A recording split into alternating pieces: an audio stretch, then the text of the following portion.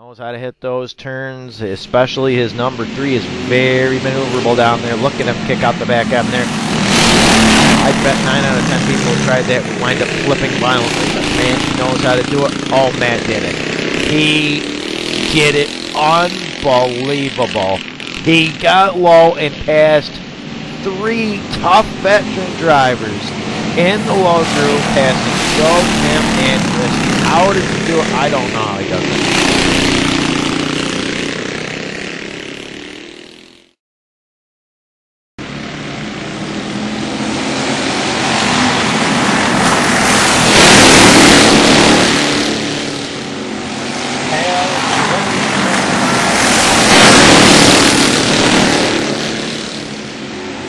Justin Galletta.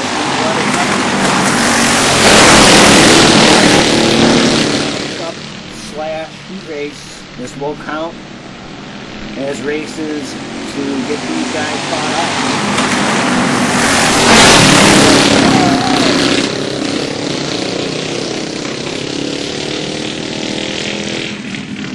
Jeez.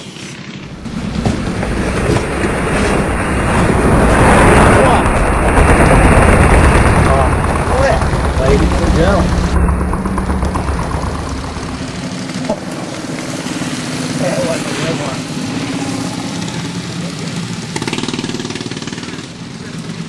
Quite this fast. I thought you were trying to count the road. But yeah, you were.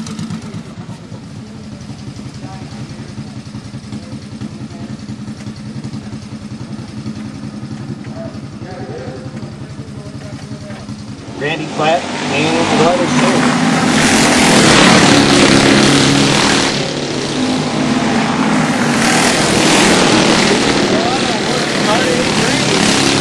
Justin Galletta keeping up with him. Very good. Thanks for coming. Next, I believe, will be a feature. I believe we have Twin-30s in line for tonight. Stay tuned.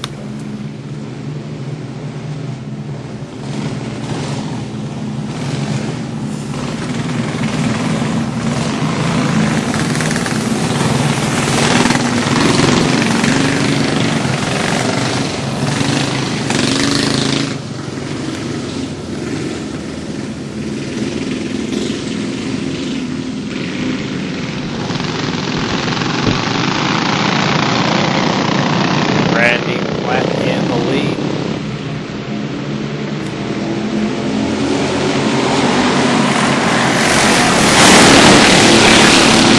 Randy Platt handicapped on the pole due to missing several weeks. Randy Platt and Josh in the left. Randy Platt and Josh in the left.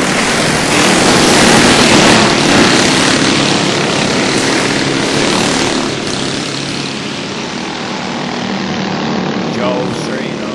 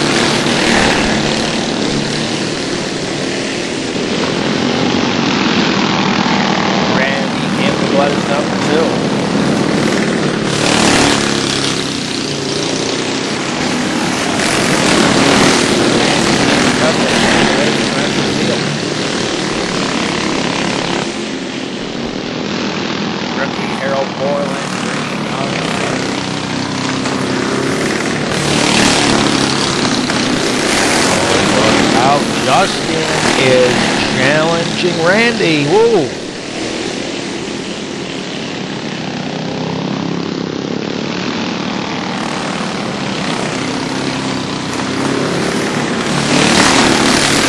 Look at Justin looking outside of Randy, almost got him there. Randy didn't even know how close he come to getting past.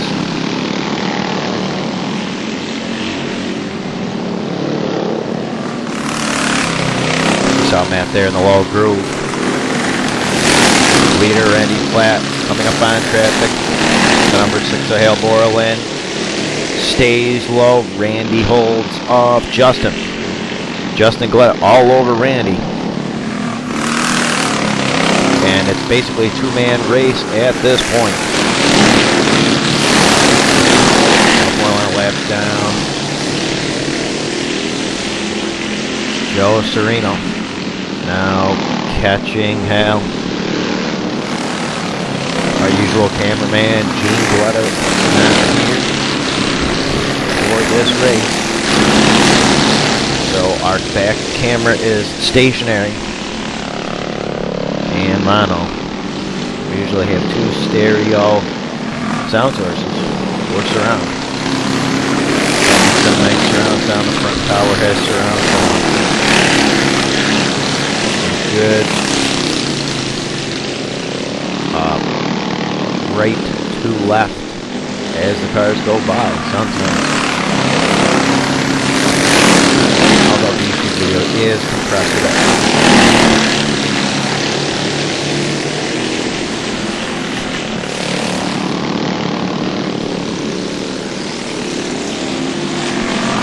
Randy coming up on Melissa Stevens now. We'll see if he can get her. Clean, I should say. Melissa's a hard pass. Whether she is on the lead lap or not, she will take up the track. And Randy has Justin Galletta within a kart and a half, 2 kart lengths in the back of him. Matt trying to low groove on Chris. Randy has caught up to Melissa.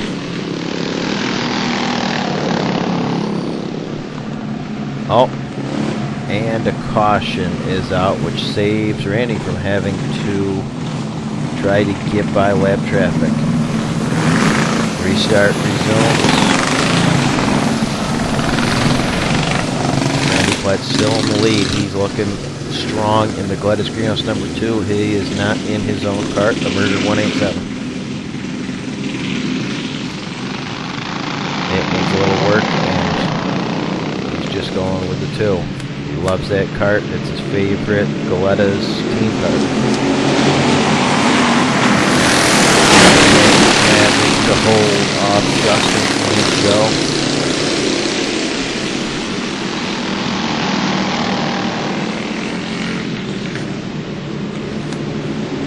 Once again, Randy getting off to a great start. Justin going away from the go. And then the rest of the pack is just that, a pack.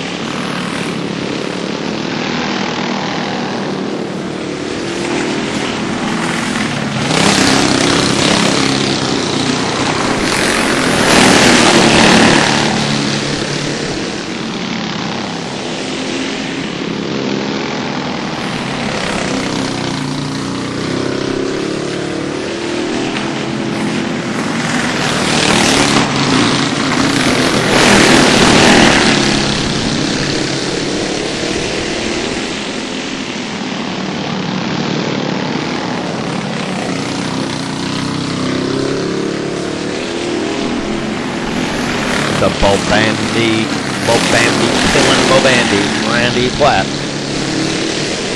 Looks like he has this one wrapped up. Coming around the turn to the white flag is Randy. There you see it for those of you who can't hear. Final lap. And for those of you that can't see, final lap. Randy has a very comfortable margin right now. If he broke, he still win. He'd glide to the finish.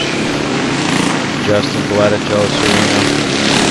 There was very little passing in this race, ladies and gentlemen. Everyone on that track is a veteran, with the exception of Hal Borland, who was a first-time rookie. And ladies and gentlemen, these guys are no slouches. You could have all the racing experience in the world in any class, and you come on these karts, and it is close and fair game racing. And you'll probably get beat. I don't care what you race, where you race it. If you come on this track, you will not win your first race. That's a guarantee. I don't care where you race. Randy Platt here is the winner.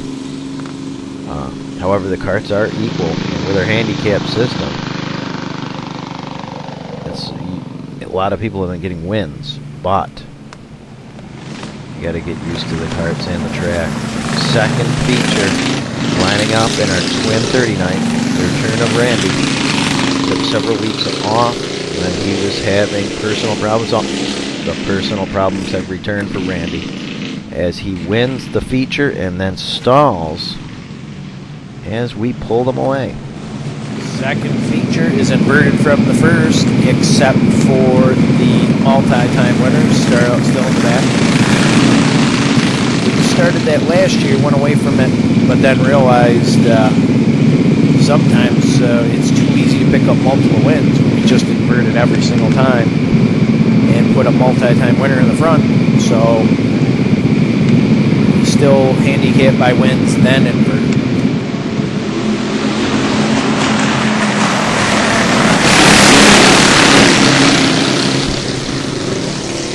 Borland spins out here, and we'll have a restart. I believe that we're calling it a false start, and Hal will get a second chance at starting on the pole.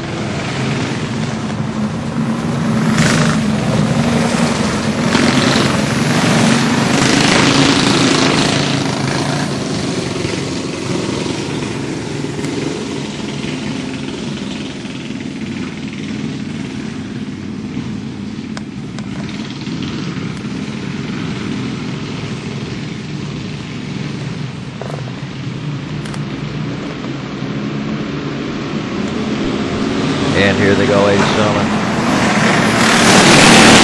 Hal Borland did not last in the lead long at all. He got a second chance to start on the pole, but that wreck in his rookie retcon heat really shook him up. And now your early leader is pulling away.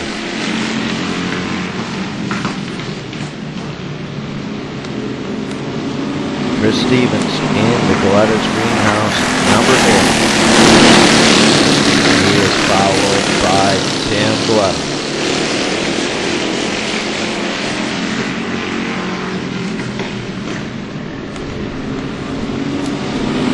Chris set fast pace, continuously keeping up.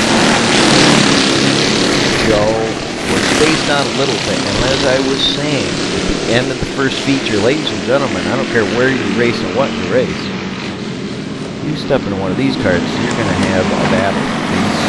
All these drivers are good, smooth, talented, experienced drivers. And obviously, if you have experience in other types of vehicles, other types of carts or other motorsport vehicles, you'll have a leg up on someone who's never raced before. Come out on this track. We have got two guys here, the founders. Chris and Matt have been racing carts on this track and one other track for basically 20 years. In 2011 was for 16 years with point racing. But they were racing for fun a few years before that. They actually found the point have been unable to locate the records. If they ever found the records, we could add up the points on the site. The website includes records of every single race since the start of the 2005 season. And it covers the Classic for every year, starting with their very first Classic in 1996, if I'm not mistaken. Our Classic is our year-ending championship. It's the longest race of the year at Galletta's. It's fashioned after the Oswego Speedway on about it. We grew up watching them starting in the late 70s when Chris and Matt were just little toddlers enjoying the race. And before, when we were young, there were no tracks in the area, so we built our own. There's since been like 3 or 4 or 5 tracks pop up in the area since we built our own. And many people ask us, why do you turn right? Well, we turn right because we are single-wheel drive, and on our track, it is a homemade backyard track. There's no charge, no entrance fees. There is a slant to it.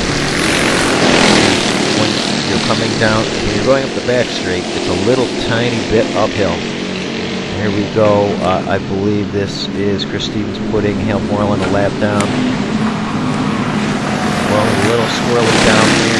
Not used to it. A little scared of his wreck. Staying out of trouble, but he's a little squirrely.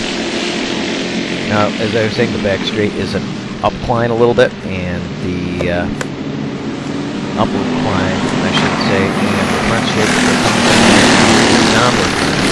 So we are getting faster speeds coming down the front stretch now. If we went the other way, our speeds would be slower. Not to mention that every single one of these carts on this track is a single-wheel drive. We have a 5 horsepower Briggs and Stratton flathead. We have stock front power carb and tank. And racing enhancements include hot stocker cheater cams, which would be illegal in WKO. For hot stockers. And gas, we run on gas and shaved heads. So our whole class is a hybrid between a yard cart and a racing cart. And while a racing cart is flatter, short to the ground, more explosive, methanol fuel used in them, yes. However, we have more ground clearance, and we actually have superior cornering ability turning right than they have turning left, because they have 2-wheel drive live axles.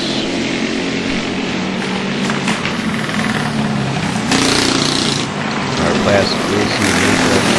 But don't think that just because our carts are homemade and economical, don't think these drivers don't know what they're doing. If you doubt it, come on out and try it.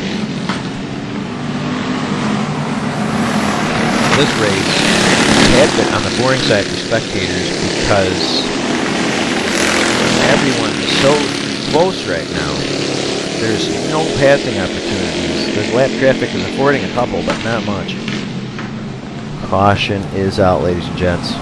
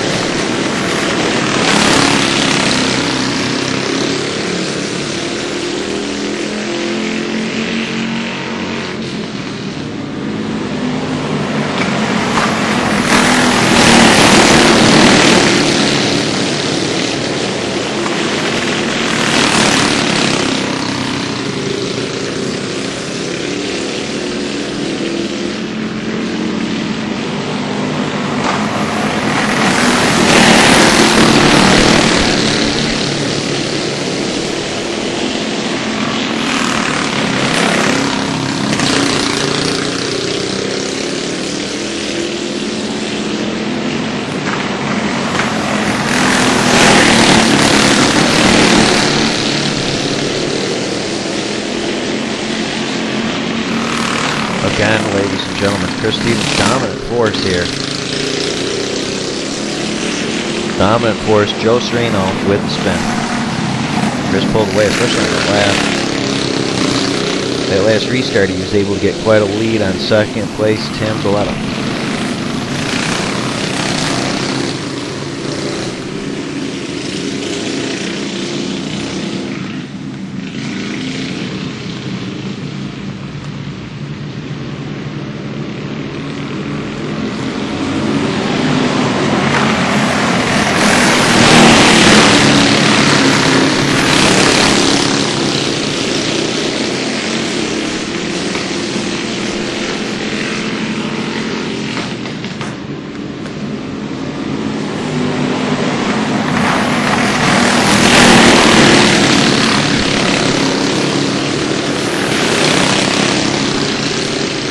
The only driver of all classes of karting who's been able to compete with that on a regular basis. So Dan Christie right now.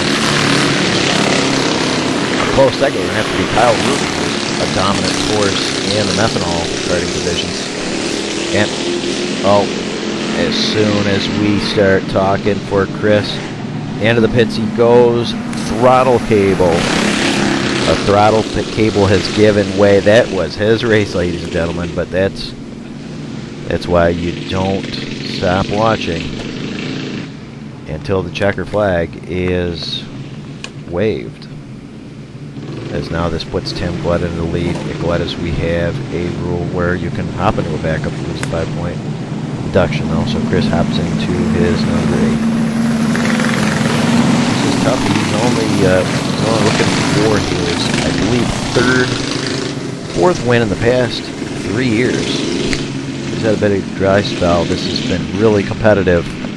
And the last 3-4 years at Galletta's, the competition is close. Yeah, most of the drivers here are Galetta.